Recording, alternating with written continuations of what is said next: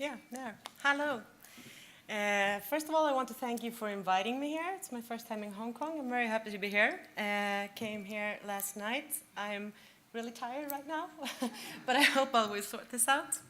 So I'm from Malmö, Sweden, and I'm going to talk about our incubator program a little bit and how it started, and about Malmö, the city of Malmö, to give you the context about what we do, and then I'm going to show you three cases. Three startup companies within the design area that I think you will find interesting. So Malmö. Malmö is located in the south of Sweden, next to Copenhagen. We're actually connected with a bridge, as I think the only two countries in the world connected with a bridge where you can go from my door. It's 18 minutes to the Copenhagen airport, so it's a very it's coming together as one city. In Copenhagen, they call Malmö the suburb of Copenhagen, but we don't really like that. It's a very small city. It has a population of approximately 300,000 inhabitants. So compared to Hong Kong, it's a small town. Mink, where we work, is located in the old harbor area, which in the 60s and 70s was a flourishing and very lively area where the whole industry of the southern Sweden were built. They had a shipyard industry, it was textile and fabric industry, everything was located down there. But in the early 90s, it started to turn and it started to close down and go down. And actually in the late 90s, Malmö was the city in Sweden which had the highest unemployment rate in all Sweden. So it became a very empty area, and the population kind of decreased a lot, very fast. And that's actually the time when I moved to Malmö, and it was not really a happy place to come to, I would say. So why Mink? Mink stands for Malmö Incubator, by the way. And it's part of a strategy formed in the mid-90s by the politicians to turn the economy, grow the population, and to make the city a better place. So a bridge to Copenhagen, a city-located university, were the two big major decisions that were made, but also to grow a new kind of companies and businesses and to make them establish in the region was part of that strategy. To start to build on a knowledge-based economy and to turn from traditional industry to service industry and creative industry. So you could say that Mink is part of that strategy, which also contains to build a metro from Malmö to Copenhagen, and to connect with a bigger region than just being a small city. So Mink was founded and started 2002, and it's owned by the municipality. And this differs us a little bit from other incubators in Sweden and also in Europe. Most of the incubators are usually connected to the university.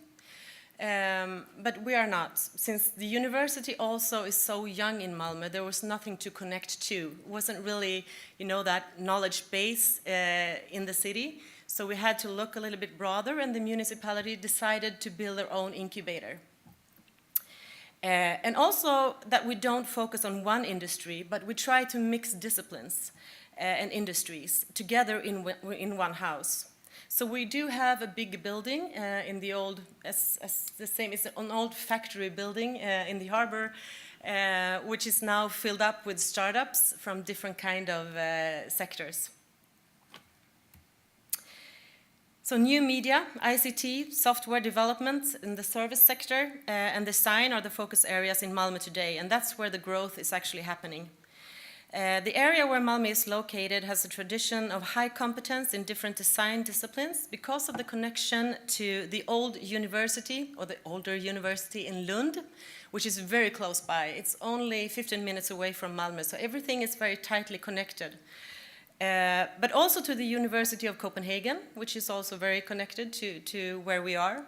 And since a few years back, the university in Malmö are really good at disciplines like interactive design and new media design, which is growing rapidly and very successful.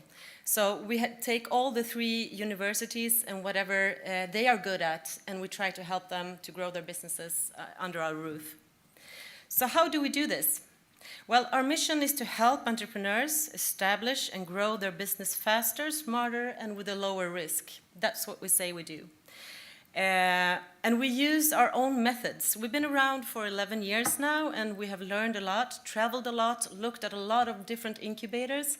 And what we do is that we try to find the best and the newest models and try them out, but also to combine them with what we see is a general issue for startups. So we combine it with our own coaching models, which are very individual, because if you meet a tech company, it might not look the same as when you work with a product designer or a software designing company. But we try to combine these all different methods and tools there is on the market, and to make it into our own model. What we do today is that we run the incubator program. That's the core of what we do. And to that, we have added on an accelerator program where we help companies to reach out on international market much faster.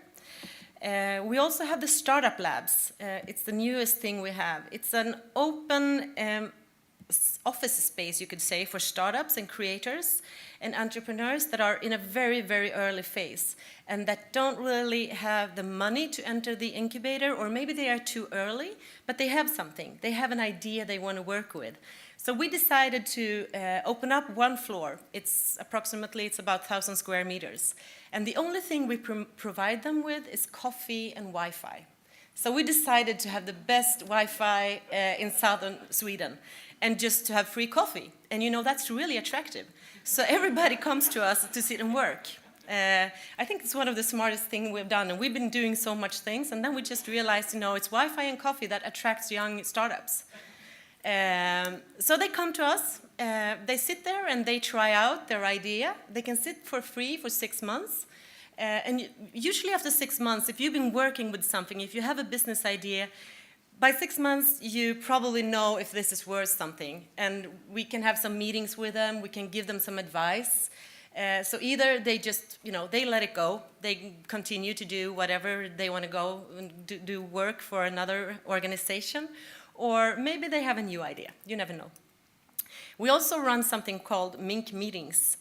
It's a platform where we say we would like to have the best talks, the best seminars, the best meetups in the region. So we invite people that we admire, that we think do really great stuff within innovation, entrepreneurship, and design. So we provide the content, and then we open up. We open up for everybody that is interested in coming to listen and take part of this. And that, I would say, is a red thread through everything we do. We try to be as open as possible, and we try to invite people from the outside, not just to be a part of the innovation system, which is a great system in Sweden and Europe, but we see that we would like to be more open and to find the people with the really crazy ideas, the new thoughts, to come into the incubator program or to come into this environment, just to, you know, share their thoughts and to be inspiring for the other people. Yes, I know it's really hard to see when you sit on that end. So what it says here is we believe in meetings and creativity. Meetings between entrepreneurs, venture capital, creators, and academia is the way to, and then it got lost, sorry, to build new companies. So our aim is to create a platform for meetings, and that's what we're trying to do by this sector that we call Mink Meetings. So Mink is owned by the municipality in Malmö. It's financed by public money. That means we don't take any shares in the company. That also differs us a little bit from other incubators, I would say. So our aim is to create growth in the region, to create more jobs, and in the end, to make a better and more diverse and more creative city for the population. So that's why we exist. So we believe in meetings again, meetings, cross disciplines between tech and design, between nerds and artists, between academia and finance, because that's where the new ideas are born and new thoughts thought and new businesses may flourish. So I just want to share 3 examples with you, 3 cases that we have worked with that I think are good examples within the design sector. This doesn't mean that we all work, we don't all work with design companies. We have tech companies and we have software developed companies. We actually have 2 companies that was sold to Apple during these 10 years, which is really a good thing. But I choose to share with you 3 design cases. First of all, I want you to meet Johan. This is Johan. He founded Green Furniture 2011. He has a background as an engineer and an industrial designer, and he came to Mink with an idea about scaling up his business. He was producing furniture that was 100% sustainable when he came to us, but in a very small scale. So today, Green Furniture is one of the largest producers in Sweden of sustainable design for indoor public landscapes. And Green Furniture believe in 100% recycling and to be a part of nature's own cycle, but never to compromise on the design. Green Furniture only uses natural, upcycled or recycled materials that can be cycled again in a good way. And they also strive to be human-friendly and has implemented their own concept called the low-tox living. And they have also started the low-tox living network, which is spreading rapidly throughout the world right now. And what you see here is they designed these benches from old floor. Like when you produce floor, you cut the edges off. And all these benches are made from whatever the floor fabric throws away. And these are placed at the Stockholm Central station in the main hall. Just a few months ago, actually, so this was a big thing. I mean, this is a place that a lot of people visit in Sweden. And hopefully they're going to be there for 100 years. I know the benches they threw away were there for over 100 years. So this is the replacement. So Green Furniture also runs something called the Green Furniture Award. It's a global design competition for design furniture. And the competition is a way of bringing together the best sustainable design and showing the world how good a design can be.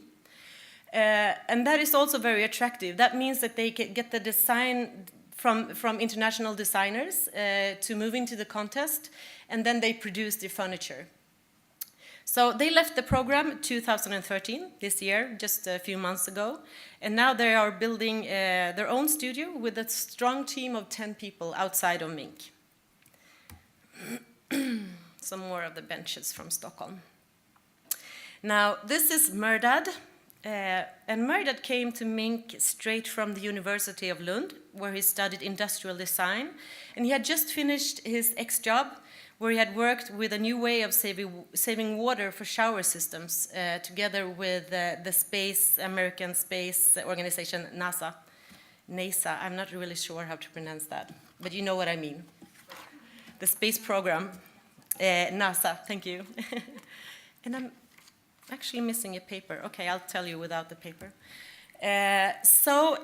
Merdad invented this shower system. It's a recyclable shower system with a patented technology.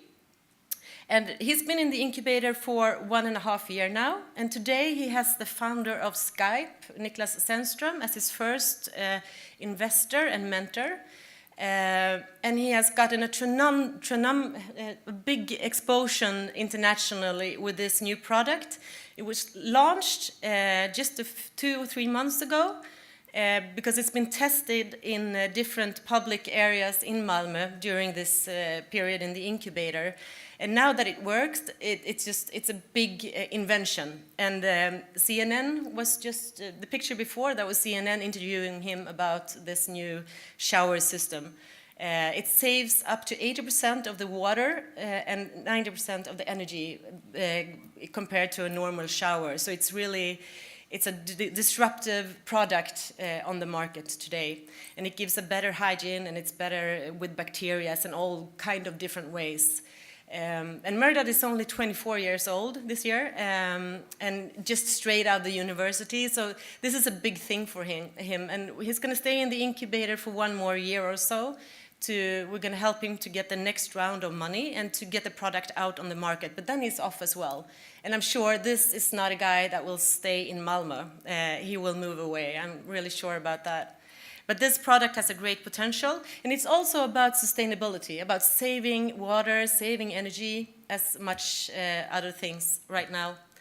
So, and this is Anna and Therese, and they also walked into Mink straight out of the university. They were industrial designers studying at Ingvar Kamprad's design school in Lund. And they were doing their ex-job on bicycle helmets. And when they did that, they realized after 400 interviews that people don't want to wear helmets. It doesn't matter how good the design is, because people think that wearing a bicycle helmet makes me look ugly. So that's a big challenge, because that's what they were working with, a new design for bicycle helmets. So what they came up with was something really disruptive. It was an invisible bicycle helmet. So this is the helmet. 5 years later, it's out in the market. And it's a true invention as well, and they have a global patented technology around airbag technology today, wearable airbag technology.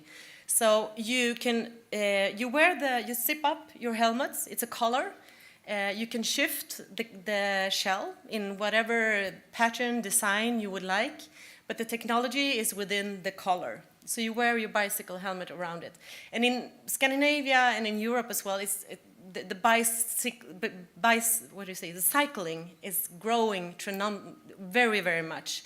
They're building specific lanes for cyclists between cities, and cycling is really, really growing rapidly. And this is a product that I think will grow tremendously in the future. And I would like to share a 3-minute-long movie with you about Anna and Therese. But now I know we have a problem, because you don't see the screen, right? And it's subtitled. So they speak in Swedish. So if you're interested in reading what they are saying, please move to the other side. I noticed that when I sat there myself. So this is a 3-minute-long movie. It's made by one of Sweden's best documentary filmers, Fredrik Gerten. And it's about the project of creating Hövding. No, it didn't work. It's trying to open up Chrome. Oh. Vi ska rädda världen. Det är fegt att vara en realist. En osynlig cykelhjälm är ju en symbol för det omöjliga. Vår professor, det första han sa var faktiskt I have to sit down. I have to sit down. You're gonna be millionaires. Känslan av cykelhjälmen.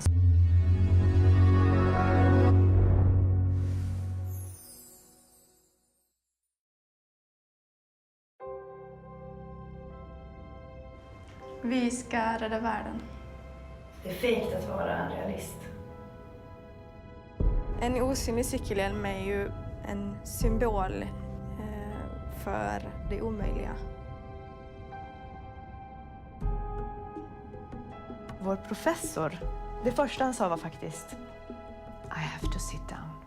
I have to sit down. You're gonna be millionaires. Känslan av cykelhjälmen, så som jag minns den från när man var liten, den är väldigt obehaglig. De är ju otroligt skrymmande och stora. Det är liksom den här svampen på huvudet. Hittar vi på någonting som skulle kunna vara revolutionerande, så är det verkligen revolutionerande. För cykelhjälmsbranschen har sett likadan ut sedan den föddes. Vi kontaktade en professor i cyklistskallskador. Så radade vi upp alla kända cykelolyckor som finns. Och iscensatte dem och samlade in rörelsemönstret från olyckor. Sen samlade vi in hundratals timmar med normal cykling och sen hittade en metod att skilja dem åt. Jättelätt, tog bara 7 år. Det är på väg att hända väldigt mycket med cykeln i städerna. Bilar är ju lite dåtid och cyklarna är framtid.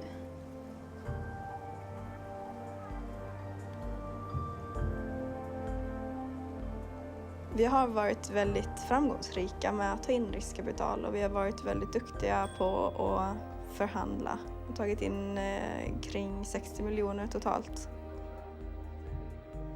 Sen är det väl många som har ifrågasatt hur man som tjej kan komma på någonting så pass tekniskt.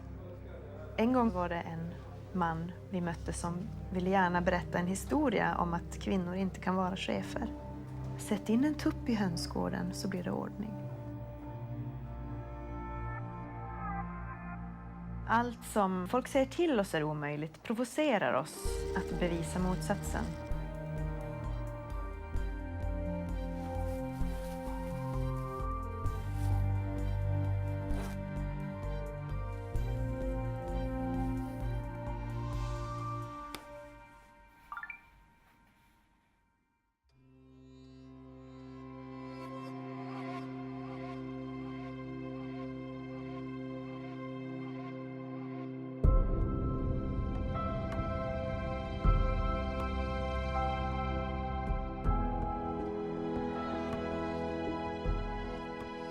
Att ta fram en osynlig cykelhjälm, vilket väldigt många sa till oss är omöjligt att göra det, är ju liksom ett bevis på att man kan klara det mesta.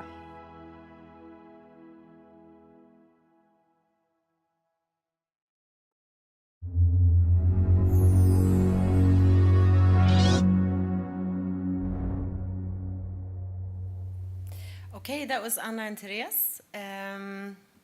And that was my last slide. This is just a thank you.